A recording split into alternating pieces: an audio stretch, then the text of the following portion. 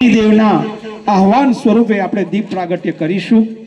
માંગલિક અવસરે દીપ પ્રજ્વલિત કરવાથી નકારાત્મક ઉર્જા નષ્ટ થાય છે અને સકારાત્મક ઉર્જાનો સંચાર વધી જાય છે।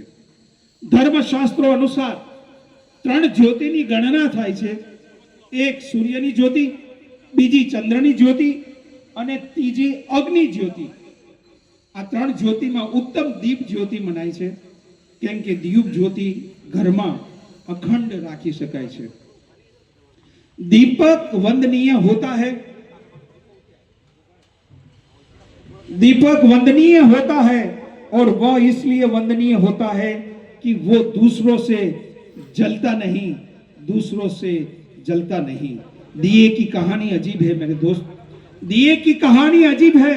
जलता भी है तो किसी को रोशनी देने के लिए, जलता भी है तो किसी को रोशनी देने के लिए, और बुझता भी है तो किसी को सुकून की नींद देने के लिए। बहुत अजीब दास्तान है दीवानी। तो आओ जेल विभागना सेवा निवृत्त जेल स्टाफ 9मा वार्षिक स्नेह मिलन समारोह 2025 ना मांगलिक अवसरनी उजवણીને દીપ પ્રાગટ્ય કરી સકારાત્મકતા ઉર્જાનો સંચાર કરીશું। સાથી અધિકારીશ્રીઓને વિનંતી કરીશ કે દીપ પ્રાગટ્ય માટે આગળ આવશે ચીફ ગેસ્ટ, खूब अतिथि विशेष અને અન્ય સાથી અધિકારીશ્રીઓ।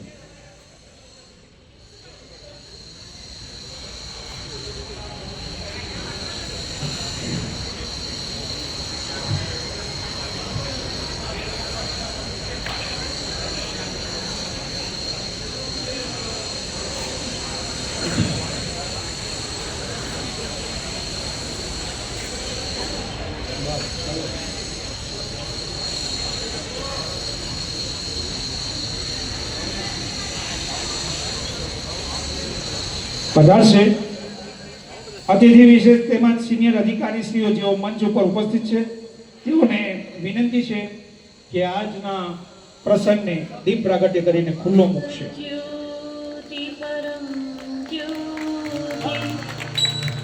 દીપ